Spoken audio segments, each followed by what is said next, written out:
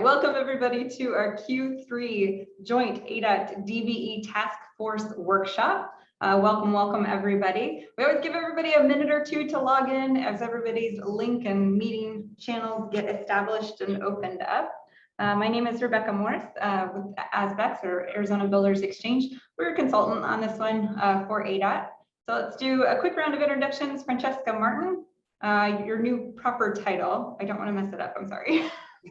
Director, Workforce and Business Development with ADOT. There you go. Almost. Okay, tell us the proper title. All right. So Francesca Martin here, Small Business and Workforce Development Officer with ADOT. Perfect. And then Janice Hodge, Dr. Janice Hodge, excuse me. Your new title is Program Manager, DBE Supportive Services. You are on it. Yes, thank you. All right, you can always tell when I don't have things written down, on cheat sheet written down. So thank you so much. ADOT will give us some updates at the end of our panel discussion. But while everybody is getting logged in, please do feel free to use the chat function. So if you're on Zoom, you should have a bottom toolbar or a sidebar, wherever that chat function is. Please do feel free to introduce yourself, name, title, agency, use that as the opportunity to kind of introduce yourself and network with other attendees while everybody gets logged in. For the panel discussions, we do prefer the Q&A. If you have a question to the panel, please do use the Q&A. That kind of holds it in place for us so we don't lose track of it. So while the chat can kind of roll, if you have a question specific to the panel, please do use that Q&A function. So with that, I will invite Francesca and Dr. Hodge, if you'd like to turn your cameras off. I will introduce Ellen Hopp with Galileo Project Management as our moderator today. And Ellen, please do introduce the panel and take it away. Great, thanks so much, Rebecca. So we have two on our panelists today. We've got Brandy Barr. Brandy is currently the Associate Vice President and Director of Brand Management and Creative Services and has been with TYLN for 14 years. She holds a BA in Communications from Arizona State University and has 24 years of AEC marketing professional services experience. Her favorite thing to do is hang out with her husband, 3 kiddos, and a French bulldog. Welcome, Brandy. Also, we have Cassie Conti. Cassie has been in the AEC industry since 2013, and she has a business BS in Business Administration with an emphasis on marketing from Southern Oregon University. Serving as Bricon's marketing manager, she focuses on brand awareness, internal and external event collaboration, pursuit leads and development, and overall communications. On the weekends, you can find her camping, fishing, and hiking. Welcome, Cassie. Thank you. All right, so let's get this started and talk about what the pre-proposal stage looks like. What do you, as large primes, do before an RFQ even comes in? So I'll start, Brandy. And so before, I know you guys had a presentation a couple weeks ago about some projects that were coming out from Tempe and Gilbert and so on. So what we really do once we find information like that out is we start doing our homework. We look at their capital improvement program. We try to find out more details. We establish meetings with city staff or with ADOT staff to basically, if you think about it, it's like going back to school and doing a project again. You have to do some research, and then you start talking to the AEC community and kind of see what is going on for DBEs and SBEs such as yourself. You obviously don't have to go to the extent that us primes do, but some of the things that you could do that would help you get on our teams or help you get better prepared would be almost the same thing, like make sure you're watching capital improvement programs, be talking to, if you're a geotech, talk to, for example, ADOT Geotech about the project, see if there's any nuggets you can uncover, and then start networking. So for example, I saw like Rob Lemke with Stantec's here. Like if you think Stantec would pursue, talk to them, see what they're doing. If they know you're investigating the project early there's a higher probability that you'll get on a team and things like that. That's all good advice. Cassie, do you have any additional tips or something to add to that? I really resonate a lot with what Brandy stated. It's really about hitting the ground running and doing any pre-investigation work that you can early about the projects, about the particular municipality. Like Brandy stated, the CIPs really hold a lot of great information. And the more that you can do in early discovery and early findings, the better. Just kind of really helps create a solid foundation for your preparation and what you may try to assemble. And then also, again, just kind of reinforcing, as Brandy stated, that networking, the relationship building, it really can go a long way. And as oftentimes, as many people know, once the RFQ comes out and it's public, you can't have any communication once that happens. So it's really all about what you can do forth in the beginning, your pre-sale efforts, and just kind of making sure you're establishing that connection and that relationship. Yeah, so it sounds like what you guys are saying is that you really have to be prepared.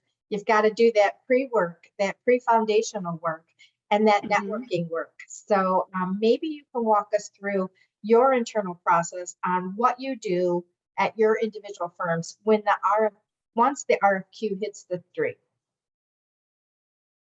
You want me to start with that, Cassie? Sure, yeah. So once the RFQ hits the street, typically what we'll do is we'll send out an RFI, so request for information, that will usually go to companies that we've added to our team, either as a partner or as a sub-consultant. And this is where it's really, really important what you do if you're trying to get on a team or are already on our team. Typically, we're asking for firm overviews, resumes, some generic type of information. But I say the word generic a little tongue in cheek. It can start off generic. So, for example, it's like I'll say firm overview. It's our company was founded in X years. We provide X services. And then it should go into, like, let's say it is for the city of Tempe. We've worked for the city of Tempe for 15 years on X, Y, and Z projects. You know, kind of list those big name types of things. And here's the secret. The primes only need like 3 or 4 sentences. They don't need a page firm overview. They don't, like, because when it comes to the proposal, but it's really like, that's where the marketers are starting to reach out to different companies, such as all of you on this Zoom call, and asking for this type of information. Like, that's really the first thing we start doing, even before we start writing our technical approach or putting together an issues map or anything like that. And if you can meet those deadlines and try to add, you'll keep hearing me say little nuggets. If you add those specifics, you know, I've worked with ADOT for so long, I've worked on, it's a project on I-10. Well, I've worked on 5 I-10 projects, and here's the names of them. That will really help you, whether you're sending out a mass email to try to get on all the primes teams, or even with the prime that you've already secured. That's really good advice. Cassie, what do you guys do? Sure. So when an RFQ comes out, one of the biggest things that we do is that we host an internal kickoff meeting, and we all get together, all the people that we're thinking may be involved on our side, and really do a debrief of the RFQ. We really want to make sure we're thoroughly reading what is in the RFQ, what's expected, scope of work, or hints of areas that we may be able to advance beyond our competition. And so on the other side, as SBs and DBEs, I would kind of go through and look for the same thing. Make sure you thoroughly read the RFQ and you understand all components that are embedded with the question, with what the city or the municipality is looking for you to answer. And we'll get into some deeper examples a little bit later in this for some of that. But making sure you just have a real thorough understanding of kind of what's going to be coming down the pipeline. The more that you can do that in the early investigation part, you know what I mean, pre-assembly is key. That way you just have full understanding of really what's going to be coming down the pipeline in order to make a good submission. And then kind of like Brandy had stated, we begin then once we've identified who some of our key consultants or key subcontractors may be on that, is then when we begin to do some of that early reach out, early communication on some of the potential items we may be needing, so that everyone's in the loop early and everyone can kind of begin to start putting these things together. Sometimes we as marketers get lucky and we get a decent turnaround time, but sometimes we don't. And so the more early communication and the better preparation that we can all do, and that collaboration to, you know, really work together as a team is key. So it sounds like for both of you that early organization and identifying key points are really important. So that's a lot of work. Yep. And that deep read of the RFQ is critical. And I agree with you. I'm passing that on to DBEs. For us, that is a skill that you really have to learn, is to understand what that win language might be. So how do you organize your back-end files then? What do you do to be prepared and cut down on the work that it takes to put the proposal together when they come out? Besides meeting with your team and depending on them to pull out and help identify those nuggets, how do you keep your information organized? Sure. I can start with that one, Brandy, if you'd like. Okay, so I am big on just general organization and file structure. And embedded with that is, you know, properly just kind of setting yourself up for success early. And that's really going to start in the foundation of your files and having everything labeled. I'm a labeling freak. I believe that can save you so much time and energy when you're trying to find a specific document. Maybe it's a screenshot, you know, an image that you're referring to. So oftentimes it's easy just to, you know, copy and save over an image and it has, you know, just a generic name or the original file name from the download or whatever. But if you're thinking about it, if you're having to sit there and sort through 20 plus photos trying to find that one niche photo that you're looking for, that can be time consuming. So I'm big on labeling of drafts, labeling of images, resumes, and, you know, and saving those resumes, maybe perhaps in unique folders, you know, if it's for particular consultants or DBEs or whatever. Everyone gets their own folder, everyone gets their own structure. That way, when you're searching for something and you want to be able to quickly navigate, or in the assembly phase, it's very, you know, quick to be able to navigate where you're going without having to open several files and folders and stuff. I also love using what I kind of refer to as like a tracking spreadsheet. And oftentimes, especially when you're submitting for us, and I would imagine on the DBE side as well, you're like, what's that one project we used for the city of Tempe? Or remember we provided Bricon with some information. Where was that? Where did that live? You know, and you're sitting there trying to rack your brain which proposal it was in or what year it was or whatever. So I find myself using a tracking spreadsheet that really tracks projects, team members, client references or testimonials, or even themes. And when I talk about themes, that's maybe it was the theme about QA, QC, or maybe it's about project management. Maybe I knew I really liked a write-up that I had used previously and I want to go back and refer to it, look at it again, or maybe I wanted to remember a particular project. And so rather than trying to rack your brain and remember where that lives or the really good write-up that you put together, creating a tracking spreadsheet is like gold. That way you can quickly go back and refer where that may live. And then that again ties directly back with your file organization, because now you know it lives in the 2022 folder for the city of Tempe. Boom, you can directly go back and find what you need. It's easy for tracking. It just really helps alleviate a lot of things. Another big aspect included with that is project closeout. So oftentimes, as soon as you submit the information, whether you're turning it over in your guys' case to the prime, or in our case, when we submit it to the municipality, you're like, whoo, done, we made it. Right. And then you're right, you're waiting to either be direct selected, you're waiting for, the interview phase to come out, what have you. But during that part, that after your submission is where your project closeout comes out, and it's really key. So before I really even move on to any next project, I go back and then put all of that information I submitted, or in your guys' case, if you submitted to one of the primes, into your tracking spreadsheet. And that way, this is a living document. It's up to date. Oftentimes, I think we can all probably attest, if you let a couple weeks go by, maybe even a couple days, you're trying to remember and go back and open up your documents and relist your write-ups, your projects, your people. And I really find myself just doing it in the moment is best. And I can really just make sure I get all the content in there, all the information that I needed. And then I create that now as a thorough project closeout. All the information's live. It's all up to date. It's what was in my final submission. So now I know that that's good to be referred back to in the future.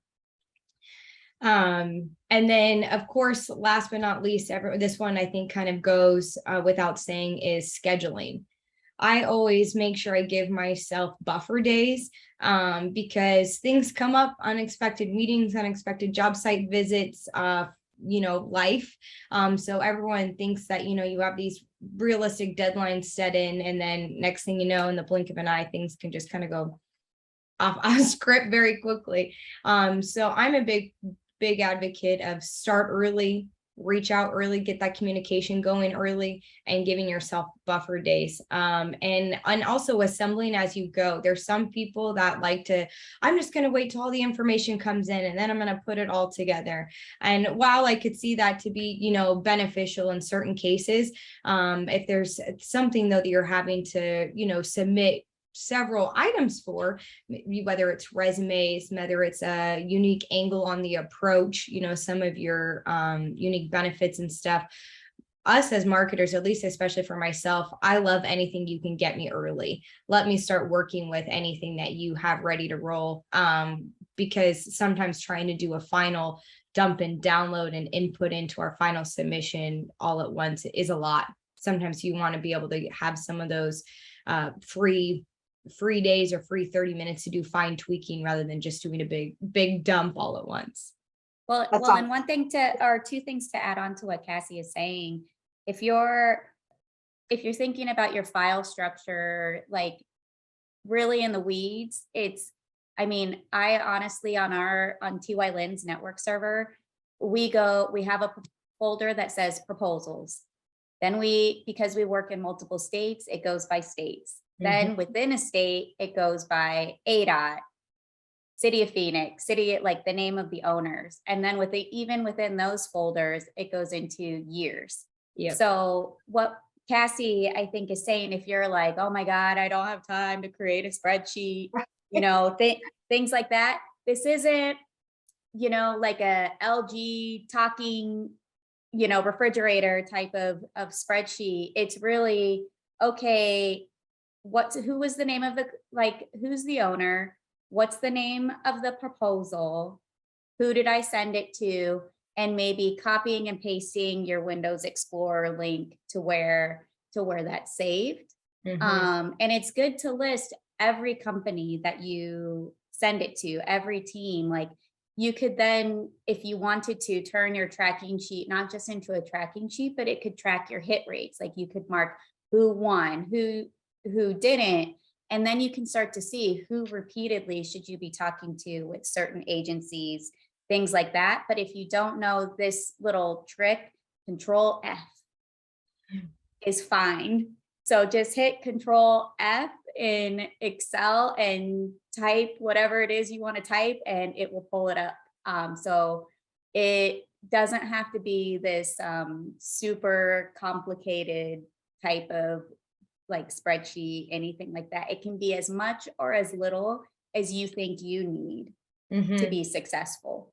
Yeah, I want to elaborate on what Brandy said. That tracking spreadsheet doesn't have to be anything crazy. It's really just your nuts and your bolts. Oftentimes in a lot of these proposals, you know, you're always going to get asked about usual projects, your team, and maybe any unique advances or approach. And so those could really essentially just be your category headers. If you do nothing else, at least be able to quickly know who you proposed on that particular team at the time, what projects you listed, and then yeah, any of those unique advancements. But like what Brandy says, really breaking down your file structure, whether it's by year, by client, maybe it's by firm you submitted to. Maybe if you have a particular firm that you guys submit and give a lot of info to a lot, maybe you break it down that way. Or if you do a lot of work with City of Tempe or City of Scottsdale, maybe you break it down that way.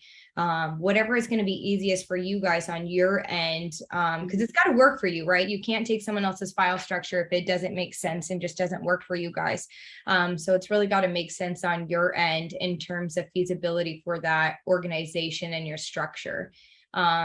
And once you do it once and you kind of get into the rhythm with it, then it just flows. But it'll just make your life a lot easier when you're trying to organize submitted data, go back and find data.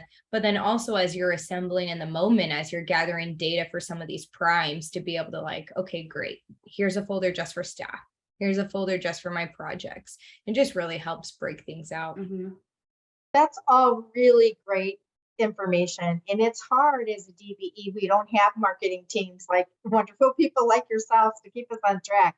So that spreadsheet, I can speak from experience, is a really good thing to have. And, you know, we're starting to develop something like that right now. So I really like the idea of making it a searchable spreadsheet. I know some people may want to try to do something like that in Word, and that just isn't going to work for you. So, you know, understanding and using an Excel spreadsheet and being able to search and find what you're looking for is great.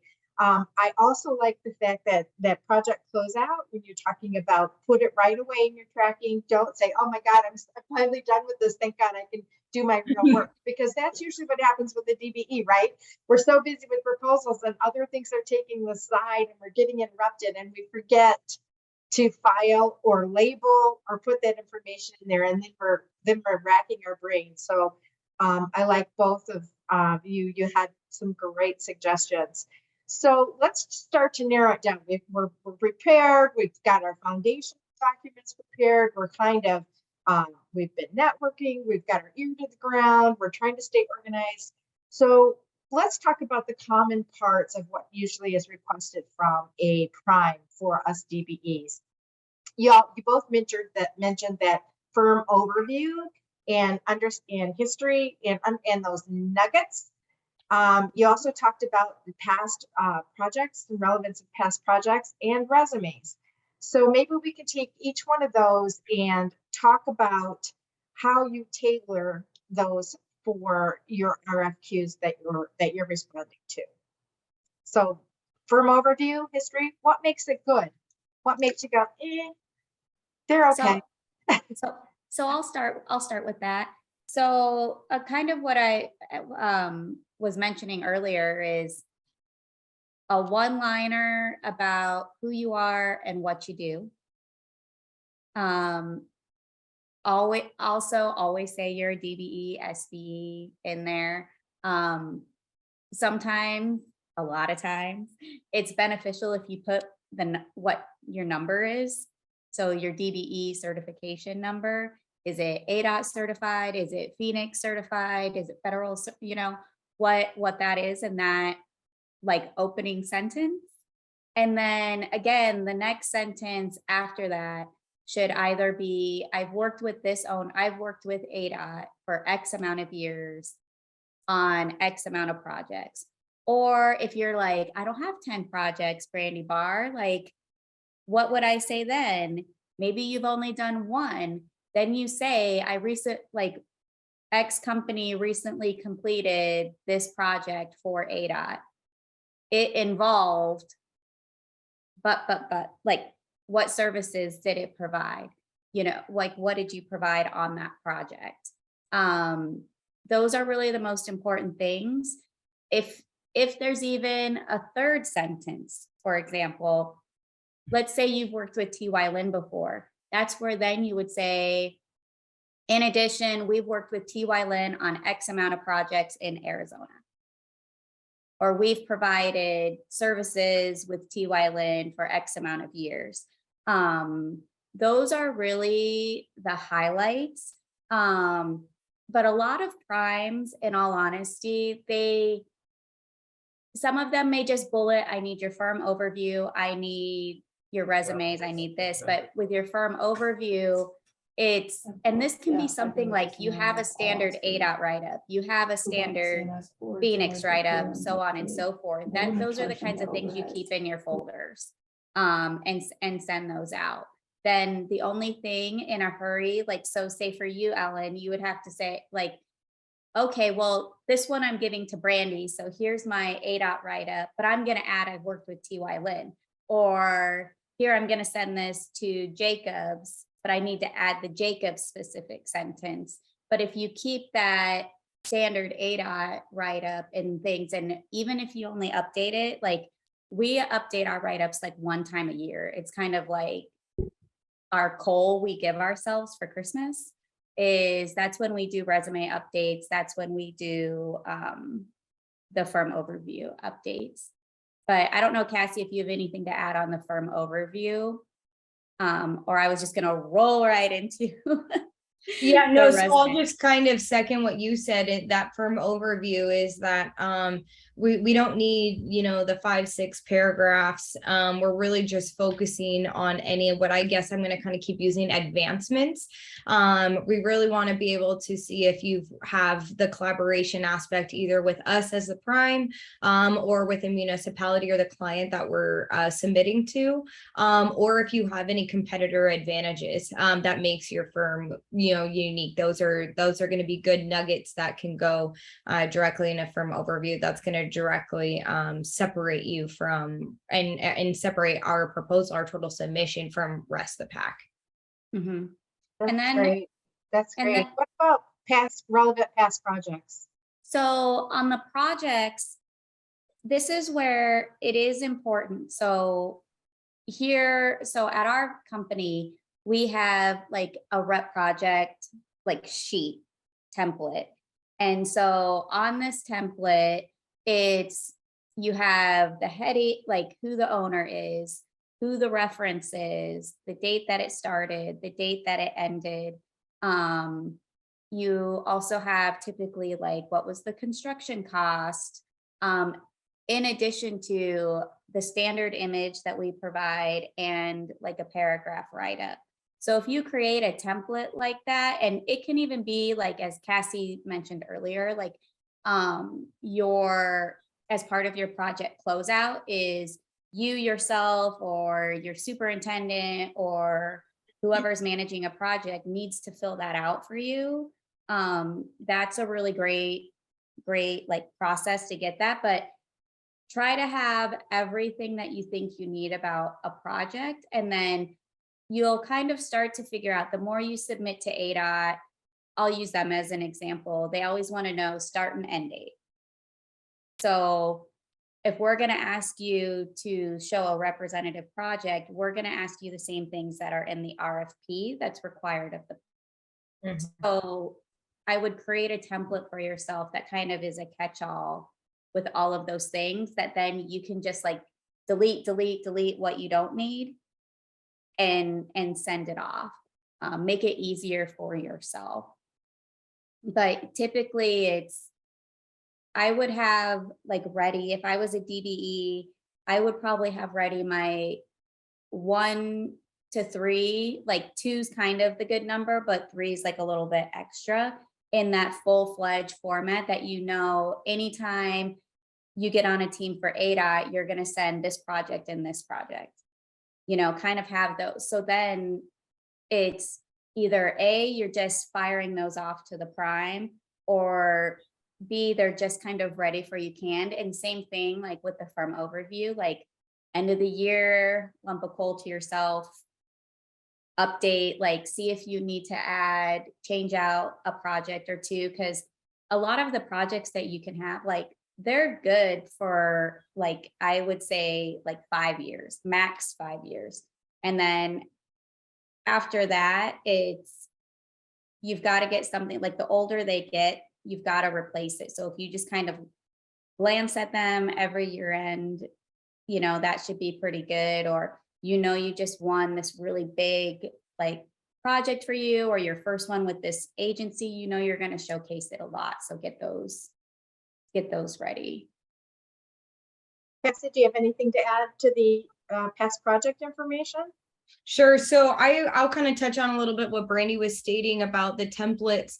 Maybe you don't have the resources or the time or, current templates available to you. And maybe oftentimes if you're, doing a submission, you're kind of just doing it in the moment. That's totally fine too. And that kind of is going to tie back to what I stated about getting the RFQ and kind of doing a full divulge of the components of that RFQ and understanding what's in there. Because when it comes to that that section about past or team experience, we're really going to need to look what the RFQ is requesting. And oftentimes with the municipalities, as Brandy has stated, they're going to ask for elements, let's say A through D, for example, and A through D are all going to have unique elements about the project that they're going to want to know. And a lot of them are similar across the municipalities from what I found, but some of them also do have some uniqueness with them. And just making sure that if you're doing it in the moment that you're assembling your projects and you're answering questions A through F. If you're ever like, well, maybe they don't really need this. Odds are, yes, we do. We do really need that. So we appreciate you answering, kind of everything in full, the best you can in that first round of things, because if we're getting, project submissions, or if you're kind of assembling things and you only have about half the information, we're going to have to go back and make sure we get the other half and that, we fill it out fully so that we're deemed, fully responsive and really giving the client all of the information that they're asking for. So that's kind of where it ties back the full divulge and briefing of the RFQ when it comes out to anticipate early the information that you need. And sometimes the information that you do need isn't always readily available. And so that'll take it, and sometimes that may take an extra day or two to track the information down or to pull it out of some, previous documents or whatever. So just making sure that you give yourself the proper time to do a good assembly on some of those things so that you can submit a nice, thorough, project submission to your primes. Right. I can't iterate enough, like get sample RFPs from different owners, because the general information, watch, they're going to change it all. I'm like knocking on wood, rarely ever changes. Yeah. Usually it's the order they want it, or maybe they move the references to its own section or things like that. But in terms of what they ask on projects or people, in terms of education, license numbers, things like that, like it's pretty standard. They don't typically change that. So if you come up with a way and you save them in your ADOT folder, Phoenix folder, whatever it may be, 9 out of 10, you're going to use it repetitively. And then the other thing that did pop into my mind while you were talking, Cassie, is on some of these like project things, don't hesitate to ask questions to your prime. If you're like, I don't know the construction cost, of this. I can't emphasize that Google is your friend.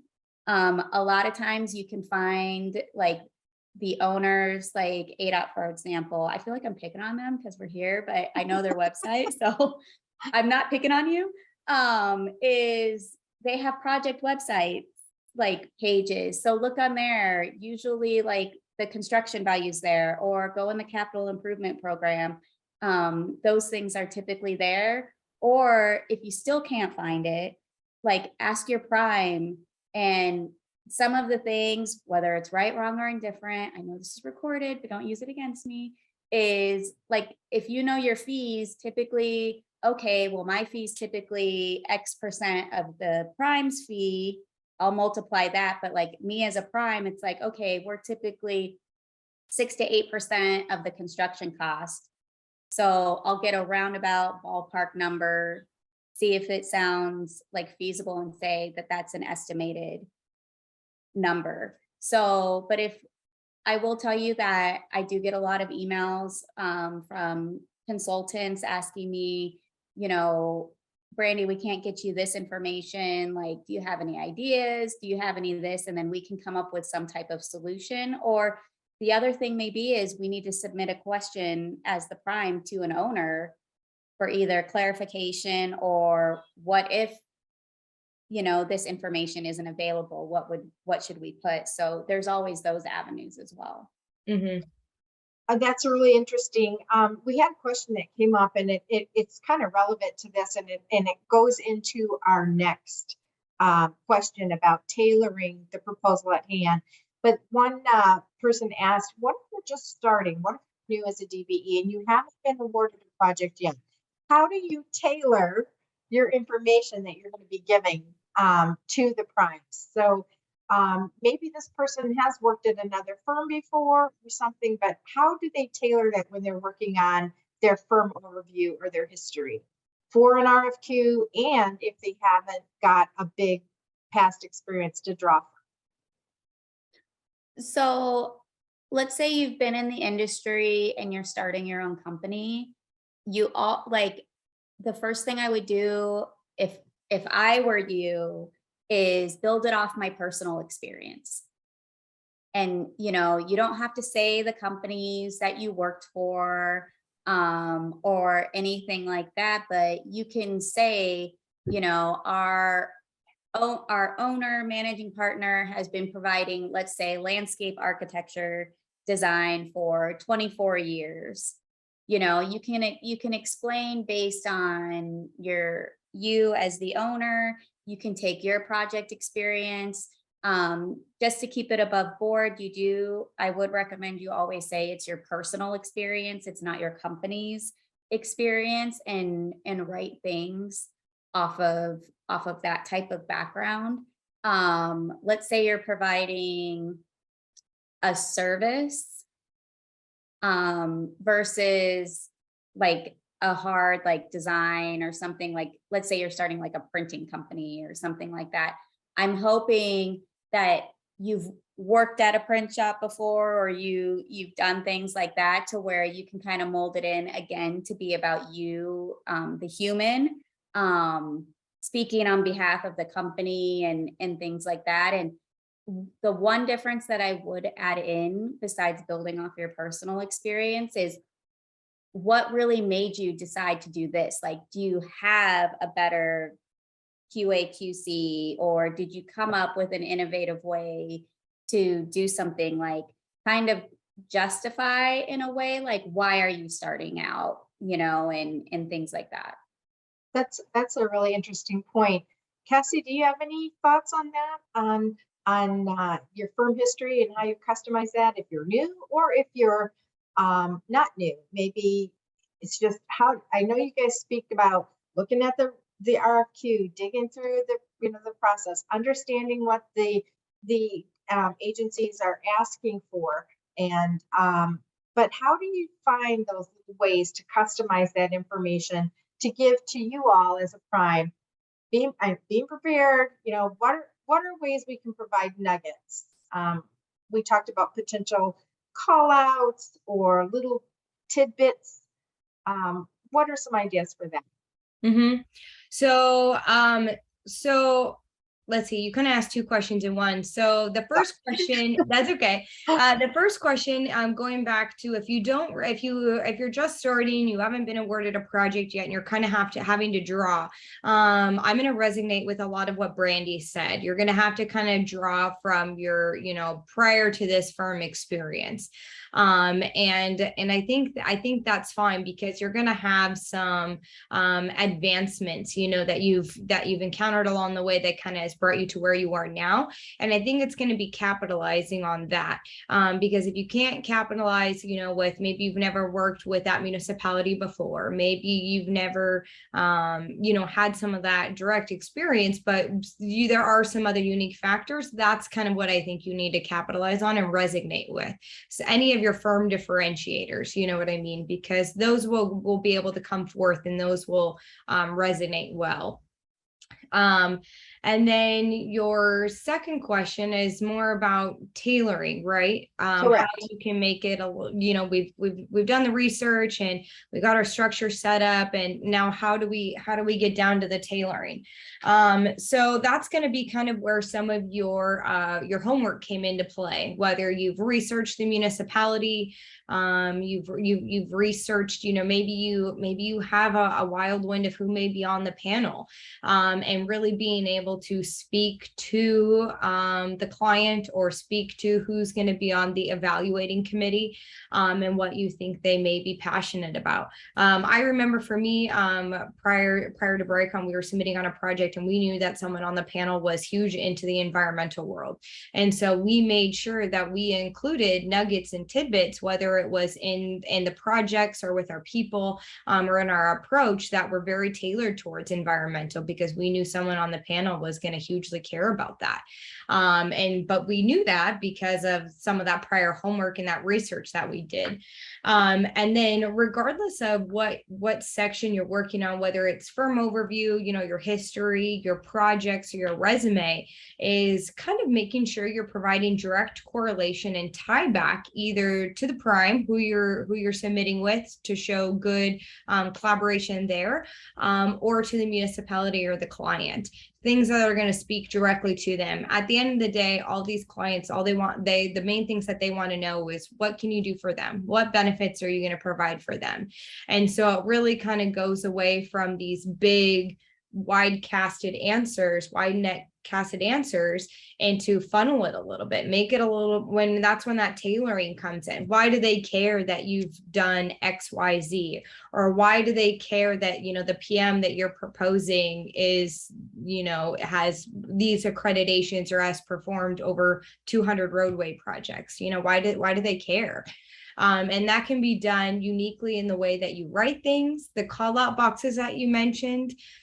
Sometimes if you have access to client testimonials, those are going to work for you. Let that work for you, because that's going to give a direct personal input from someone. And then if depending on who you're stating, that person that you're stating may resonate with someone on the panel. They can be like, oh my gosh, I know that person, that he's known for, having great projects or working with great primes or great subs or whatever. And sometimes that's going to resonate really well, in addition to that. So I always like to make sure that we're providing direct correlation amongst each other, us as a team, and direct tie back to the client with unique benefits. So I would say that would be how you could really work on, the tailoring of that, is making sure that you have a so what, you know what I mean? Yeah. It's almost, bring out your inner Simon Sinek and find your why, Yeah, exactly. Well, and the other thing too is, let's say you don't have a documented testimonial. If you have like agency folks or other primes or whatever it may be, you have relationships with them. If you were to say, hey, call Brandy Barr at TY Lynn, she'll tell you we do a good job. That's just as powerful as something written by someone. And so don't think, oh, great, now I got to start tracking on these things and asking these clients for these, because sometimes that's really uncomfortable for the client to be like, yeah, you could use what I'm saying, when they thought they were just telling you a good job. So think about it from that perspective too, of, it's like interviewing for a brand new job. Like, who would be your references that you would provide? Make sure those people know, and make sure they're people that people have seen around at association things or networking things, that they're like, oh yeah, I know Cassie, I'll send her an email and be like, hey, what do you think of Ellen? You think like they can come through? She's been marketing us, like all this. And, you know, if they can give a thumbs up, that it's very, very strong. Yeah, let those work for you. And kind of like how Brandy said, even if you don't have a direct way to ask for a testimonial or something, maybe they send you an email and they're like, hey, your team killed it. You guys did so good at managing the schedule. You know what I mean? Maybe you could have just asked them right there in the email. Thank you. Like, do you mind if we save this, for a future potential testimonial thing? And sometimes they'll just give them to you just in emails. You know what I mean? Just as simple as that. You don't have to always recreate the wheel, just looking for additional avenues and things that could work for you. And I think really being as SBEs or DBEs and stuff, even in our world too, we're always looking for efficiencies, leaner ways to do things, time improvement of things. I mean, while not compromising any quality, right? But always looking for, some efficiencies and some time savers. And maybe it's just as simple as that. Maybe he sent the email and he gave you the testimonial. That's all you need right there. And maybe it's just a quick reply asking if you can use it in future marketing. Proposals. Yeah. This is all such valuable information. And we haven't really talked about the resumes much. We kind of skirted by it. We spent a lot of time on the overview and the history and past projects. And we've got another question about a firm. They have 25 years of experience in the construction industry. They're a DBE and SBE, but they're a startup in Arizona. And so what past experience do you put forward? Can you capture that in a key person's resume? Can you use that to tailor it? What do you look for in a resume? I think a lot of times they're like the last thing you think about when you're submitting, right? Okay, here we've got to get this approach done. We've got to get the win theme in there. We've got to get all this information in there. Oh, we need resumes. So what can we look at in resumes to make them really work for the primes and to make them adaptable to customize? It's funny you say that. Resumes, even on the prime side, they're always the oh crap moment.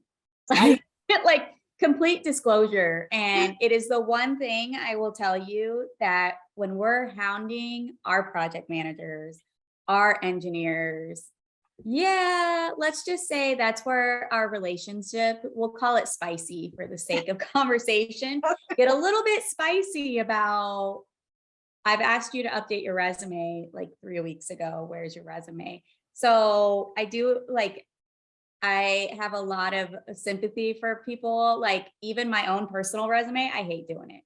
But they're so important, so important. So, but how do you get time and how do you tailor them? Think of the write-ups that you're using for your projects. One of the first things that we do when we ask for someone to update their resume is we copy and paste the generic project description on there. And we say, okay, what really needs to stay? What's the 1 or 2 lines about this project? Now tell me, what was your role in terms of title? Like, were you the superintendent? Were you the project engineer? Were you the material testing person? Who are you? And then tell me, what did you do? And you may say back to me, well, I wrote the geotechnical reports, the drafts, the finals, the blah, blah, blah, blah, blah. That's what goes in the resume for a human. But save those things. And then one trick that I will tell you guys on create a master of every project you've ever worked on the face of the planet. And I know that technical people tend to think in terms of job numbers or charge codes or things like that. Add that in your master resume. And then you can do that same trick that I said on the spreadsheet of Control F. Find all the project numbers you want, highlight them, and then delete everything else. Primes only, we will tell you if it can be 1 page or 2 page.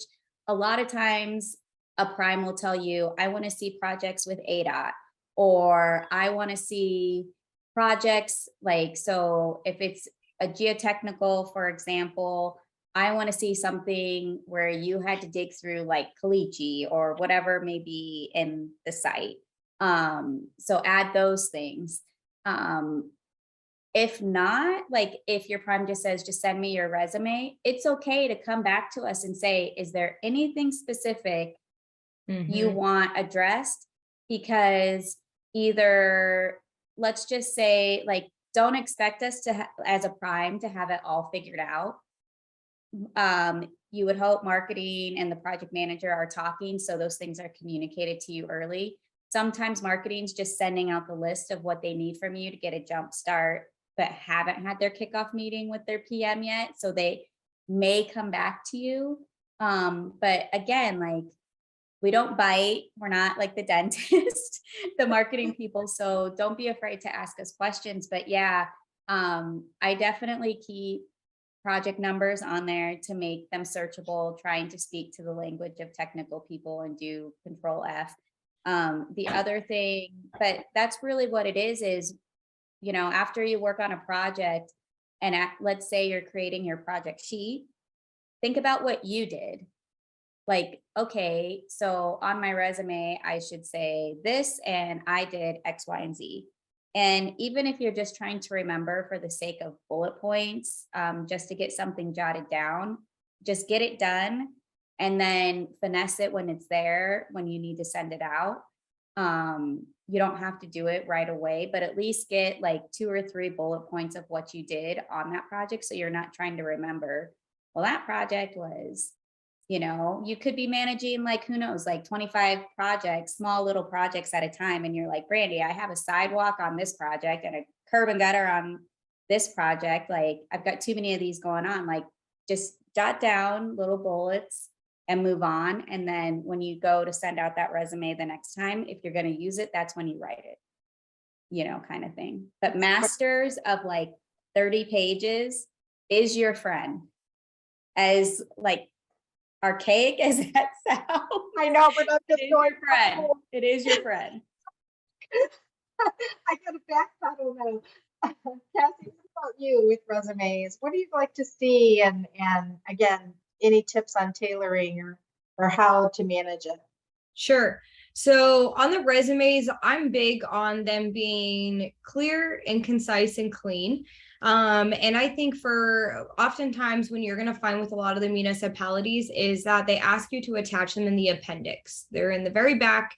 They're usually one of the last things read. And you got to think about some of these proposal submissions are anywhere from, oh God, I have seen 8 pagers. That's not as common, but like 10 pages.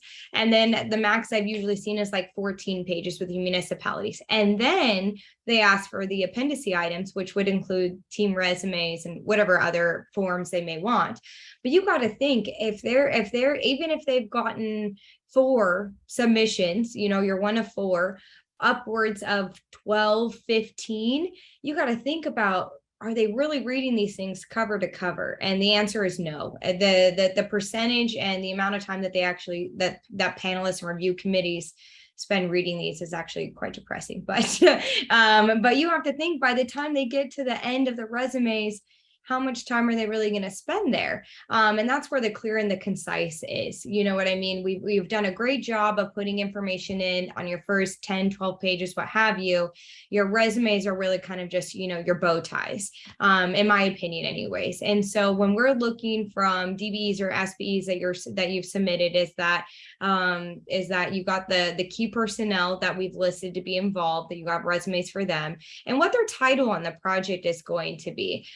That way it's easy and it's identifiable. And along with that is going to be, what is their role on the project? I think that's huge as well.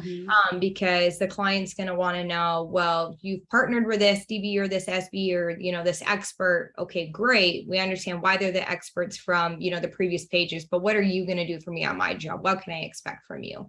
And I think that's huge, is being able to differentiate those, whether it's, you know, on the dailies or for the project as a whole, is what are going to be the takeaways. And then kind of how Brandy said, the projects, keeping those pretty clear and concise, because again, the odds that someone's going to read 5, 6 sentence paragraphs about project descriptions is not likely, especially if it's already a project that you've listed for the proposal in general or one of your key projects.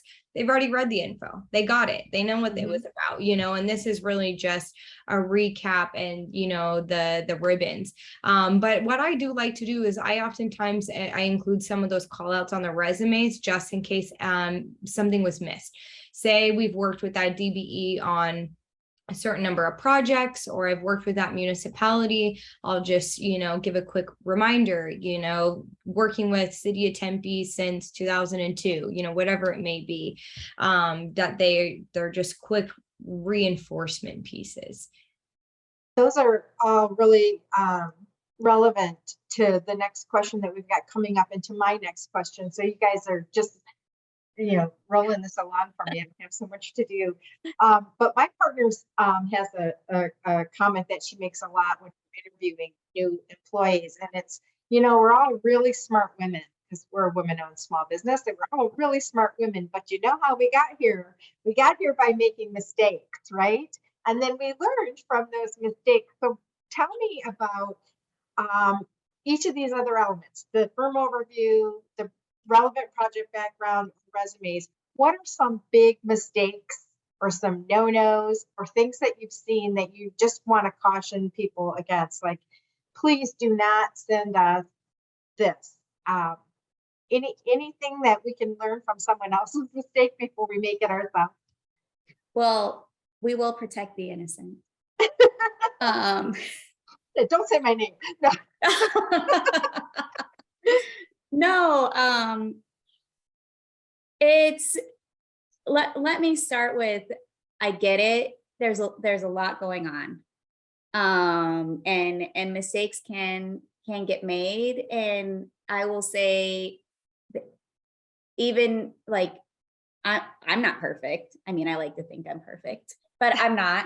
And so they happen. But first thing before I tell you what mistakes I've seen is, if you do make a mistake or somebody says something, like, just own up to it. Like, just apologize. It's fine. Like, we all get it. We're all moving like a million miles an hour. The biggest thing I hate is when I call and I'm like, hey, actually, like, I saw this. Can you fix this? And then the excuses just start rolling in. So just get it done, own it. Like, we all get it. We've all been there at some shape and form. But some of the mistakes that I have seen, so for example, is I've had things sent to me at TY Lin that a sub-consultant also sent to, let's say, like AECOM or Jacobs, and it still says AECOM or Jacobs in there. Everything that they did for them, everything, like, it was tailored for them, that they forwarded quickly to me for inclusion. Make sure if you are calling out the specifics of what you've done for a company, that you're making sure that you are not sending that to their competitor or someone else. That's something I've actually seen, like, very, very, we'll say, well, it's pretty common. But that's something that as a prime, we don't forget when we go on to the next job. That doesn't mean we're going to blacklist you forever. It just means that we're keeping track of your QA/QC, and we're keeping, like, we start assessing you in a lot deeper of a moment. The other thing is too, is please run spell check. Please run spell check. I know it's one of the last things that everybody hates doing, but save some of your acronyms or some of the things in your word dictionaries as you're doing spell check. You can add them. So if you're like, oh my God, I said like NTP 100 times and it comes up 100 times and it's going to slow me down, like, just add it to your library and then say, or things like that. But I would say spell check is the biggest offender that I have seen. Yeah, Cassie? we have a rule. We have a rule in our firm that nothing goes out that there has been a second set of eyes on, because we're small, we're busy. we're doing it all ourselves. And so we always ask for a second set of eyes because you get so close to it that you miss those Right. things, you know. Sometimes it reads the way you think it reads because you've read it, 20 And you want times. to say what you think it reads and it doesn't. Trust me, when you're actually doing the proposal and you have a pink review and a red review and a gold review and a fatal flaw review, yeah, by the end, it's funny if you were to go back to a client, ask for old proposals and read and see the comedic errors in there from all different companies. So like I said, it does happen, but run spell check. Cassie, what about you? What kind of things have you seen and any ways to combat those common mistakes? Sure. So I agree with a lot what Brandy has stated. I mean, spell check, I mean, that's always great because that can honestly just catch things if you're just typing too quick. And then making sure that you've kind of proofread who you're submitting to so that you're not submitting something that you've mentioned, if you're like, oh, we did XYZ for the city of Mesa, but it's going to Tempe, you're like, wait a second, that's not accurate. And then before I do anything, I mean, obviously when you guys are designing it on your end, or maybe you're putting together the Word doc or whatever, in the moment on the screen, everything looks good, you know what I mean? But I oftentimes find myself when I print it and actually sit down and with a pen and a paper, I'm like, oh my gosh, I see things that I didn't originally see when I was designing it. And this may be a little in the weeds, but one of my personal favorites, and I learned this from one of my mentors in the industry years ago, is when I think I'm ready to roll and I've got my final, you know what I mean? I'll print it out and then I will turn it upside down and look at it and look at the content just from your alignment and layout and stuff, because that is the quickest way to see if something's out of line or out of proportion, or you know what I mean? I mean, your eyes, I mean, Brandy's so right. Your eyes and your mind reads things and sees things that you think as they should be. But when you alter it just a little bit or have a fresh set of eyes, like you said, some of that stuff can immediately just stand out. So Well, you just made me think of something too, is don't send PDFs. Send Word files, like, unless it's a brochure or something like that, don't send a PDF. Don't send a PDF of your resume or your firm overview or anything like that, because we, the marketing people, have to copy and paste or retype, or depending if you locked it or you didn't lock it, or maybe we found like one tiny mistake. We will fix it without even telling you, let's say you forgot a comma, or let's say, you did say Mesa instead of Tempe. We will fix those things and correct them for you. But if you give us a PDF or you do certain things like that, it makes it a lot more challenging. So don't send PDFs when it's proposal content. So don't do that. yeah. That's good. All really good. I want to move forward a little bit.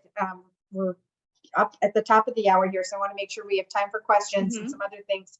And we already talked about testimonials and those being effective, but let me go to the DBE side, or the smaller firm side. And, a lot of times we don't have access to a lot of project images, photos, high quality photos. And what do you guys feel about if we say, hey, I'm putting together a proposal, or I'm putting together a brochure for my company. Can we use a photo from X project? Would you guys be okay with that? And or maybe that you have an agreement where you don't want them to use that project name in their advertising. How do you handle that, and how does that work? Sure. So do you want me to start, Cassie? Sure, go ahead. So a couple things. You can always ask your prime or the contractor, or another resource for photos is the public outreach office of an organization. for like ADOT, for example, I would ask them, here's like one, it's not really a secret, but ADOT has a Flickr site. They take a lot of their own project photos. Those are public record. They're on there. There's a lot of agencies that are on Flickr, FLIKR.com, all over the country. But don't hesitate to reach out to the public information officers. They'll let you know if there's like rights or how you need to identify copyrights or different things like that. Always ask your primes. The only challenge is when we did pay for them and there are copyright, and depending on what our agreement is with the photographer, that's the only time that there's an issue. But we will let you know that. The other thing is in terms of photography, and I'll mention, like, if there's a NDA on a project, it's okay. Like, so we work, I'll give you an example. We work for a tech startup company that's a pretty big company. We work on data centers for them. So we're not allowed to have site photos. We're not allowed to do any of that. It's very secure. And when we need to show that to another type of tech client, it's usually the tech clients that are super secretive, but we'll end up saying things like, we worked on a data center in, I don't know, Mesa, Arizona, and describe the data center, but like, we will also add a note that says, for security purposes, no photography is available. And so there's that. And what we may use is, if their branding permits, we may use like different things. Like, we'll do stuff for like Ford Motor Company, but we can't show like the test tracks. We'll ask them if their branding permits us to like use their logo or use, you know what I mean, something like that. So there's always alternatives that you can look into, but ask your primes, ask the contractors, ask the public outreach, either companies that are providing it on a specific project or within a specific city, ADOT, things like that. But like I said, also look, because like I found ADOT's Flickr website from their PIO office and things like that. So those might be out there for you. Good. Cassie, what about you? So I agree. As a prime, we are usually more than willing to share photos. When we hire a photographer, we kind of have, I guess, a discussion or a form with them that asks, you know, if we're allowed to share it, and who we may be sharing it with. Sometimes a lot of our clients and our would like the photos as well. So we just kind of preface the photo taking with all of that, with the opportunity to share. And in a lot of cases, everyone is all good with that. So we have no problem sharing. And again, it's kind of like what Brandy says, just ask the question.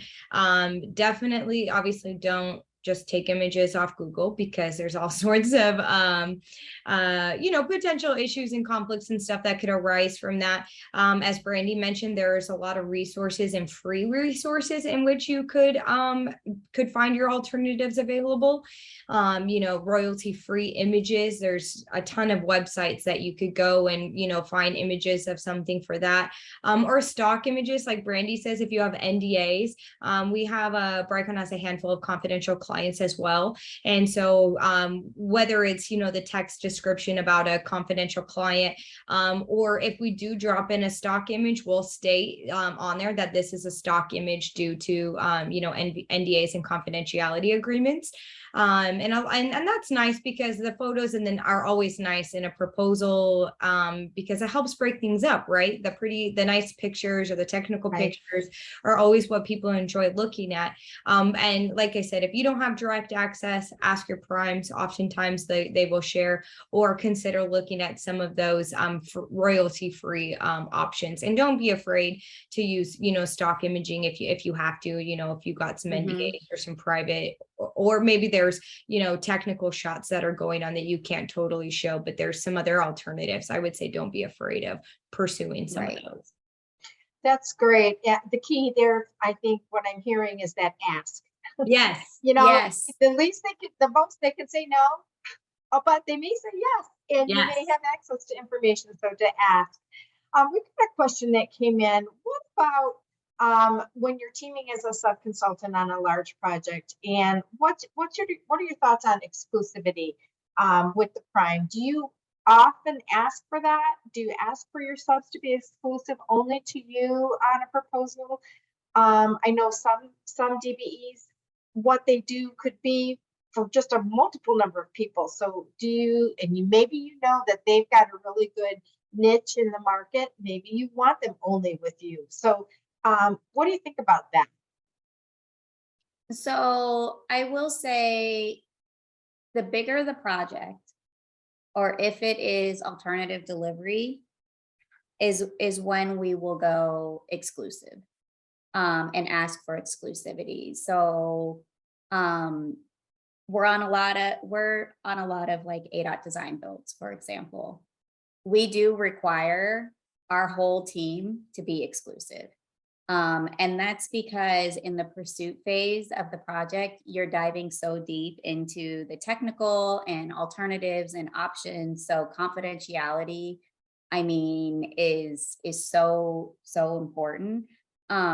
Sometimes, like, for example, let's say you're the drilling company to the geotech, you can ask if you have to be exclusive or not. We're really requiring the actual geotech, not the driller, to be exclusive. So just let us know.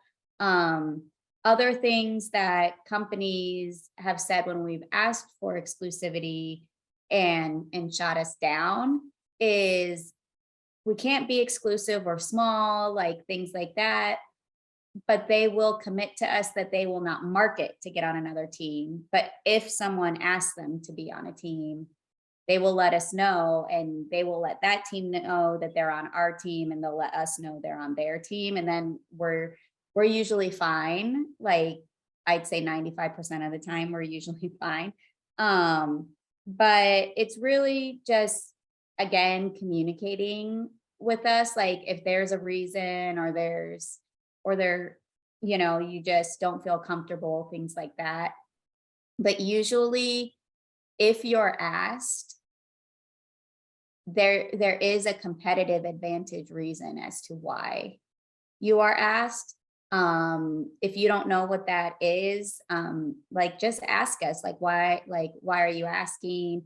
It's okay, to be like coy about it, things like that, if you don't know. And we may be telling you, oh, well, actually the PM really, really likes you, and we want you, we see it's a competitive advantage for you to be on our team, and we can talk about it, things like that. That's a better approach than just like a hard, like, no, not doing it, kind of thing, but just being more conversational about it. Cassie, thoughts on that? Anything additional?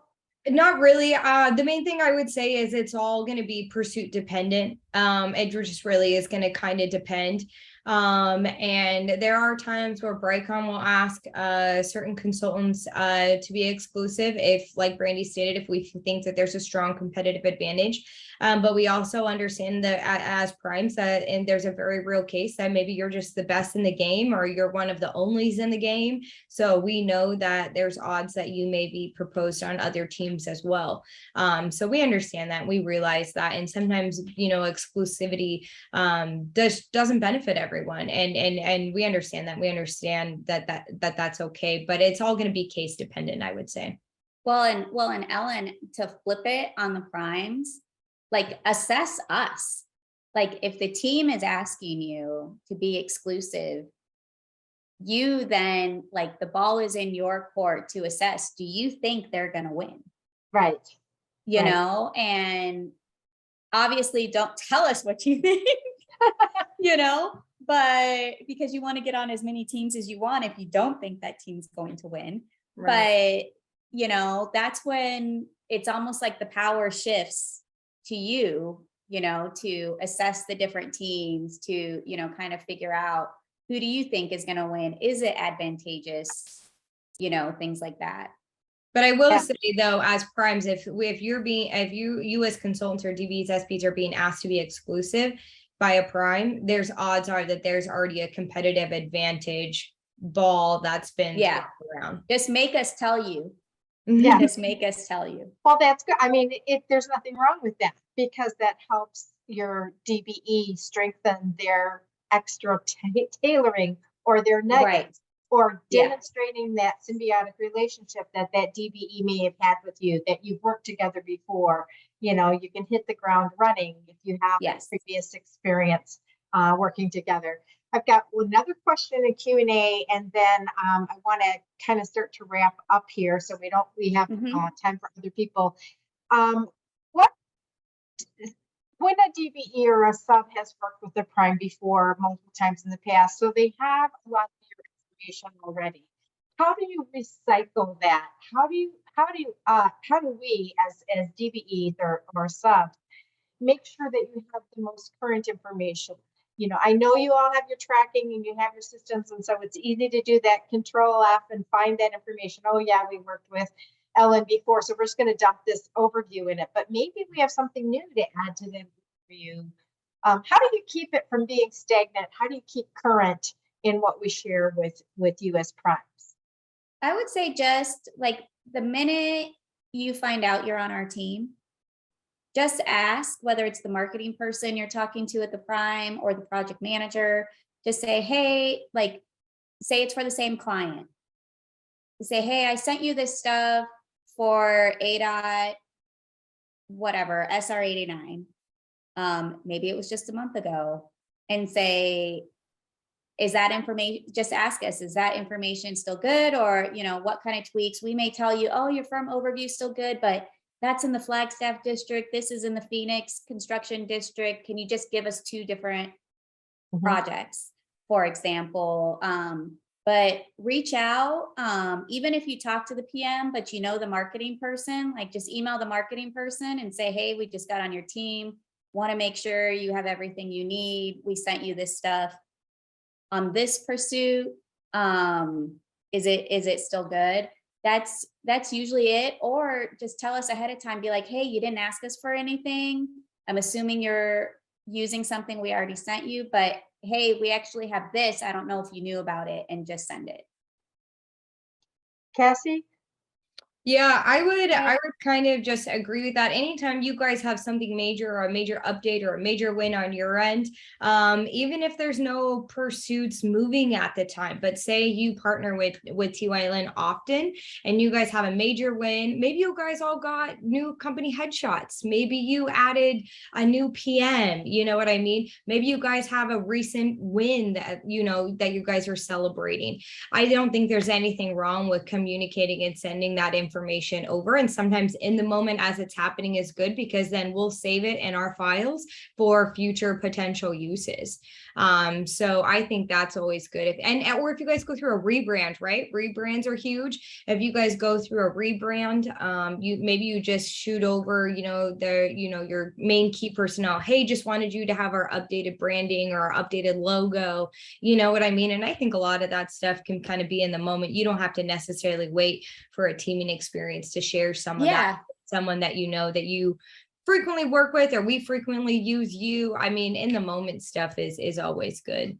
Like if you updated your resumes, it gives you a reason to not cold call, to not be like, what projects you guys got going on? It's, hey, I'm updating. And then it will actually trigger us to be like, oh yeah, like we should add you guys on this team without you even, so it's a good marketing, like strategic move as well. Business development angle. Yeah. It's not that in your face marketing. It's more subtle, and it's a way to be helpful and to remind you, to put you at front of mind. So we've talked about a lot of things, and so for the audience, if there's any questions, please shoot them into the Q&A right now. But just to wrap this up, we talked about the importance, and it sounds like the overarching theme here is to communicate as a sub or as a DBE, is to communicate often and frequently, and not to be afraid to ask questions to the primes. But while you're doing that, do your foundation work.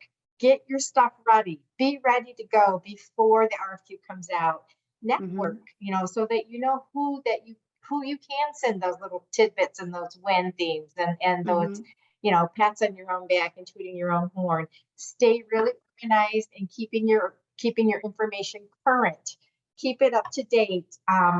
Make sure that you have a template created that you can pull from. Looks like you guys said to be ready with overviews on your projects. Again, keep them current. Toss out the old ones, even if worked on.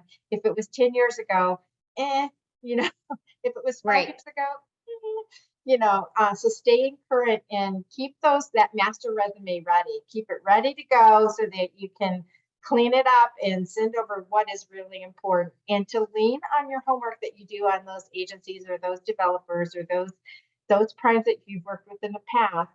And, make sure that you, again, final blind, communicate. Ask them what do they need to make this win. What do they need from you to make the team better? Anything I'm missing? Any additional advice that you'd have for DB firms or anybody really? Not just I mean, I will tell you, been good information for anyone. I will tell you, it's all a game. Primes are always looking for the competitive edge, what people don't know. So you doing your homework, and it's really you just talking to, your counterparts at the agencies, no matter how small you may think it is, it does matter, because I can tell you, coming from a prime, we've lost proposals on hundredths of a point. And what may seem super minor could be, the 0.05 I needed to get over the hump on something. You never know. So just, and assess your primes as well. Find out who you like working with. Like, don't sell yourself short. Like, some of us are better than others. Maybe it's culturally, maybe it's winning, maybe it's whatever it may be, but try to find the ones that you can get a lot of repeat work with, and that will help you with as minimal time as you have as well. Thanks, Brandy. Cassie, any closing thoughts? Any final recommendations? The only thing that really kind of comes about is that we've given you guys a lot of information, a lot of pieces to work with and stuff. And some of it may be kind of overwhelming as, smaller agencies and DBs and stuff is kind of, like where to start, there's so much. But I would start by, researching some of these resources that are available to you. And a lot of them are free resources that you can start with. I mentioned, like photography. What if you can't afford photos? What if you don't have someone like that? So look into some of those free resources that are available. Brandy, I think you guys had mentioned TY Lynn, you guys do interns. We do interns from ASU as well. Finding people that can help you create these starting templates, because you may be like, okay, great. Once I have these templates, everything's going to go smooth. I got it.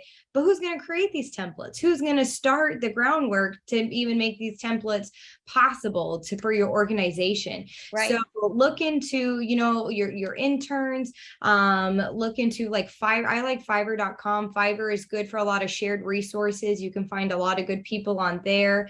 Even Rebecca with Bex, they post a lot of opportunities, for things that are available within the industry as well. So I would say just kind of finding resources for you. Canva is a great resource. If you guys aren't familiar with that, just find resources that can work for you to help kind of create you with some of this foundation. And it's not just pursuit specific, it's some of it's just general business function in general.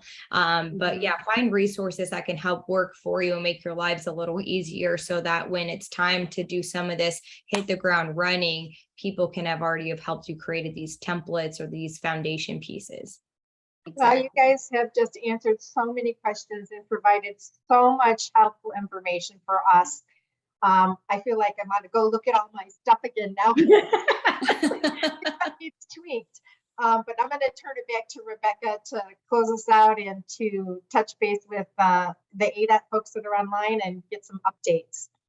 Yes, thank you so much. Ellen, fantastic job moderating. Cassie, Brandy, thank you so much for being so open and willing to share your expertise. Like we have the prime consulting firm, the prime contractor. Most of us on the line are probably on, play a smaller role as the sub consultant, subcontractor. So to kind of understand like the things you go through, your tips on organization, I was taking a lot of notes, so I appreciate those. And I think it's also just helpful to know that you guys deal with kind of the same thing. So it was awesome. Such a great discussion. And again, Ellen, fantastic job moderating and drawing all that really great content out of our panelists. So with that, I would say, Ellen, Brandy, Cassandra, if you'd like to turn your cameras off and your mics off, you can step into the background. And I will invite Francesca Martin and Dr. Janice Hodge, if you'd like to turn your cameras on and give us just a quick parting update from ADOT DBE Supportive Services. What's coming up with DBESS? Right. Thank you, Rebecca. And I just want to thank the panelists again for such an engaging workshop. This was awesome. Thank you so much, Cassandra and Brandy. And just a little shameless plug to our fabulous moderator, Ellen Hopp with Galileo Project. She is a business development graduate. So just saying, she did a fabulous job. So good job. As you heard today, it takes more than just polishing up your SOQ. You have to actually do the work and do the networking and make your presence known. So I want to encourage everyone to enroll in our DBE Supportive Services Communications. That's where you stay connected to all of our events, all of the networking meetings that you can take advantage of. Specifically, there's one coming up next week. It's the AGC ADOT Joint Co-op meeting. You can pitch your firm in person. What a valuable opportunity. And just like I think Cassandra mentioned, what is your competitive edge? So you can get there in person, meet with members of the AGC, pitch your firm, just a quick 3-minute presentation of what you can do on a project, provide your capability statement and make those connections early. There's also a 4th quarter joint task force meeting coming up in November, so stay tuned on that topic. And last but not least, save the date because our DBE and Small Business Conference is coming up in December, and that will be a 2-day December 6th and 7th virtual conference. So stay tuned for that. And that's all I have. All right, thank you so much. Janice, anything to add? I just want to thank everyone for coming, and I want to encourage everyone to, yes, stay connected, keep in line with the communications and visit the websites often to see what's changing. Perfect. Well, this concludes our joint DBE task force workshop. I hope everyone got some good tactical kind of down to the ground advice and information that helps you pursue those projects that our DBE task force meeting kind of reviewed and presented from our municipalities, and also all the ADOT work and everything else. We had a ton of public owners at the Expo last month. There's a lot of opportunity out there. So with that, I will say thank you so much for taking the time today. Again, this was recorded, so we will distribute the recording to all the registered attendees, and it'll be up on the ADOT DBE Supportive Services website here shortly. We hope to see you again next time.